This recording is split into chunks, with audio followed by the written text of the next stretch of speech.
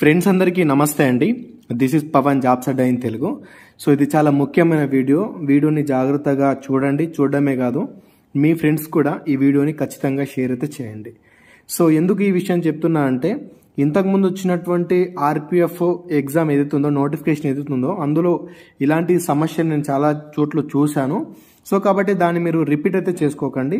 అందుకే ఈ వీడియోతో చేసి మీకు ముందస్తుగానే, సో రేపటి నుంచి మనకు అప్లికేషన్ అయితే స్టార్ట్ అవుతుంది. సో అందుకు ఒక రోజు ముందుగానే నేను మీకు చెప్తున్నాను. సో అప్లికేషన్ ప్రాసెస్ స్టార్ట్ అయిన తర్వాత కూడా నేను ఏ విధంగా అప్లై చేసుకోవాలని చెప్పేసి వీడియో కూడా చేస్తాను. సో వెయిట్ అయితే చేయండి. అయితే మరి ఈ వీడియో చేయడానికి గల ముఖ్య రీజన్ ఏంటి అంటే, దాని గురించి క్లియర్ కట్గా చెప్తే జాగ్రత్తగా ఉండండి. ఇక్కడ అప్లై చేసే సమయంలో మీరు పే చేసినటువంటి అప్లికేషన్ ఫీజు మీకు తిరిగి ఇస్తారు అని చెప్పేసి ఉంది. అవునండి, మీరు అప్లై చేస్తారు కదా, అప్లై చేసినటువంటి ఫీజు ఉంటుంది కదా, అన్రిజర్వ్ వాళ్ళకి, ఓబీసీ వాళ్ళకి, ఎకనామికల్ వీకర్ సెక్షన్ వాళ్ళకి 500 రూపాయల అప్లికేషన్ ఫీ ఉంటుంది. ఈ 500 రూపాయలు మీకు 400 రూపాయలని మీకు రిఫండ్ చేస్తారు, తిరిగి చెల్లిస్తారు. మిగతా 100 రూపాయలు గవర్నమెంట్ వాళ్ళే తీసుకుంటారు. అదేవిధంగా ఎవరైతే ఎస్సీ ఎస్టీ వాళ్ళు ఉన్నారో, మీకు 250 రూపాయల అప్లికేషన్ ఫీ ప్రజెంట్ తీసుకుంటారో, మీరు తర్వాత ఈ 250 రూపాయలు మీకు తర్వాత రిఫండ్ చేసేస్తారు. అంటే మీ బ్యాంక్ అకౌంట్కి ఏదైతే రైల్వే బోర్డు ఉందో వాళ్ళు పంపించేస్తారు అనమాట, రీఎంబర్స్మెంట్ చేసేస్తారు.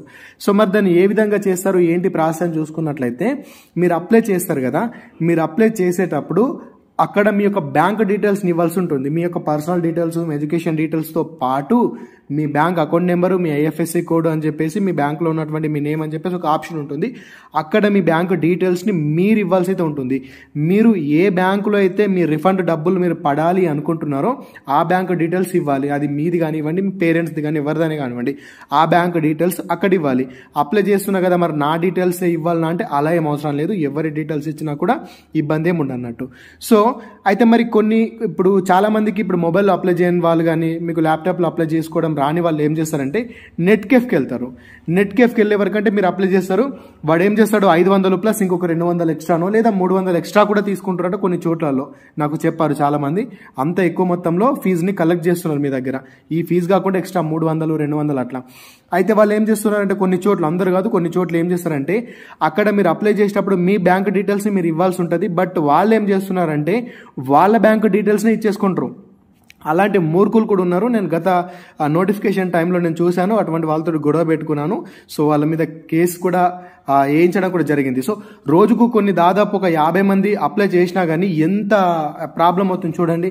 సో కాబట్టి ఏంటంటే, ఇప్పుడు నోటిఫికేషన్ కంటే ముందే నేను మీకు చెప్తున్నా, అంటే అప్లికేషన్ కంటే ముందే ఈ విషయం చెప్తున్నా. కాబట్టి ఎవరైతే నెట్ కేఫ్కి వెళ్ళి మీరు అప్లై చేస్తారో, అప్లై చేసేటప్పుడు మీరు అక్కడ క్లియర్ కట్గా పక్కనే కూర్చొని అక్కడ బ్యాంక్ డీటెయిల్స్ ఇచ్చే టైంలో కూడా మీరు చెప్పాలి, మా బ్యాంక్ డీటెయిల్స్ అక్కడ ఇవ్వాల్సి ఉంటుంది, ఇవ్వండి అని చెప్పేసి మీరు అప్పుడు చెప్పి మీ బ్యాంక్ డీటెయిల్స్ని మీరు ఇచ్చే ప్రయత్నం అయితే చేసుకోవాల్సి ఉంటుంది అన్నమాట. సో మీరు ఏం చెప్పకుండా ఉంటే కనుక వాడేం చేస్తాడంటే, వాడికి సంబంధించినటువంటి బ్యాంక్ డీటెయిల్సే వాడు ఇచ్చేసుకుంటాడు. సో వాడు ఎన్ని చెప్పినా వినొద్దు. మీరు కంపల్సరీ మీ బ్యాంక్ డీటెయిల్స్నే మీరు ఇవ్వాల్సి అయితే ఉంటుంది. వాడు ఒకవేళ మీది కాదు మాదే ఇవ్వాలి అంటే వాడికి వీడియో చూపించండి. అలా ఎవరైనా మీకు అంటే కనుక, నెట్ కేఫ్ వాళ్ళు ఎవరైనా అంటే కనుక వాళ్ళకి వీడియోని అయితే చూపించండి. ఓకేనా? 100% మీరు పే చేసినటువంటి మీ అప్లికేషన్ ఫీ ఏదైతే ఉందో అది మీకు మాత్రమే రిఫండ్ అవ్వాలి. అది మీకు మాత్రమే రిఫండ్ అవుతుంది కూడా. సో మరి రిఫండ్ ఎప్పుడు వస్తుంది అంటే, మొదటగా ఈ యొక్క ఆర్పిఎఫ్కి ఎగ్జామ్ ఉంటుంది కదా, సిబిటి ఎగ్జామ్ ఉంటుంది. ఈ ఎగ్జామ్ని ఎవరైతే రాస్తారో, సక్సెస్ఫుల్ ఎగ్జామ్ రాసిన వాళ్ళందరికీ ఈ అప్లికేషన్ ఫీజుని రీఎంబర్స్మెంట్ చేస్తారు, అంటే రిఫండ్ చేసేస్తారు. ఈ ఎగ్జామ్ రాయని వాళ్ళకైతే డబ్బులు రివర్స్ ఇవ్వరు. ఎవరైతే ఎగ్జామ్ రాస్తారో, ఎగ్జామ్ రాసిన వాళ్ళకి మాత్రమే ఈ యొక్క ఫీజు అనేది మీకు రిటర్న్ చేయడం అయితే జరుగుతుందన్నమాట. సో మనం అప్లై చేసేది ఎగ్జామ్ రాయడానికే కాబట్టి ప్రతి ఒక్కరికి మీకు రిఫండ్ అయితే అవుతుంది. సో టెన్షన్ ఏం పడకండి. కాబట్టి ఇది చాలా ఇంపార్టెంట్ వీడియో, చిన్న వీడియోనే. మీరు లెంత్గా చేస్తే మీరు చూడరని చెప్పేసి మీకు చిన్నగానే చేస్తున్నాను. కాబట్టి ప్రతి ఒక్కరు ఈ యొక్క విషయాన్ని అర్థం చేసుకోండి. లేదు బ్రో మాకు ముందే తెలిసి ఈ విషయం అంటే, మీకు తెలిస్తే మంచిది, ఇంకా నలుగురికి చెప్పండి. తెలియకపోతే కనుక ఈ వీడియోని మీ వాట్సాప్ స్టేటస్లో కానీ, లేకపోతే మీ ఫ్రెండ్స్ అందరికీ కంపల్సరీ షేర్ అయితే చేయండి. ఖచ్చితంగా లైక్ కూడా చేసే ప్రయత్నం చేయండి. ఓకేనా? సో మరి ఈ వీడియో మీద మీ అభిప్రాయం ఏంటో కంపల్సరీ కింద కామెంట్ కూడా చేయండి. దాంతో పాటు రేపు అప్లికేషన్ ప్రాసెస్ వీడియో స్టార్ట్ అయిన తర్వాత కూడా నేను అప్లికేషన్ ప్రాసెస్ వీడియో చేస్తాను. నెమ్మదిగా అప్లికేషన్ ప్రాసెస్ వీడియో 1-2 సార్లు చూసి మీరు మీ మొబైల్లో కూడా మీరు అప్లై అయితే చేసుకోవచ్చు. సో వెయిట్ చేయండి. అదేవిధంగా ఈ యొక్క ఇన్ఫర్మేషన్ అయితే తెలుసుకొని ముందుగానే అలర్ట్గా అయితే ఉండండి. సో డబ్బులు ఎవరికి ఊరికే రావు, అలా అని చెప్పేసి మనం ఎవరికి ఊరికే కూడా ఇవ్వద్దు. ఇది క్వశ్చన్ అయితే గుర్తుపెట్టుకోండి. ఓకేనా?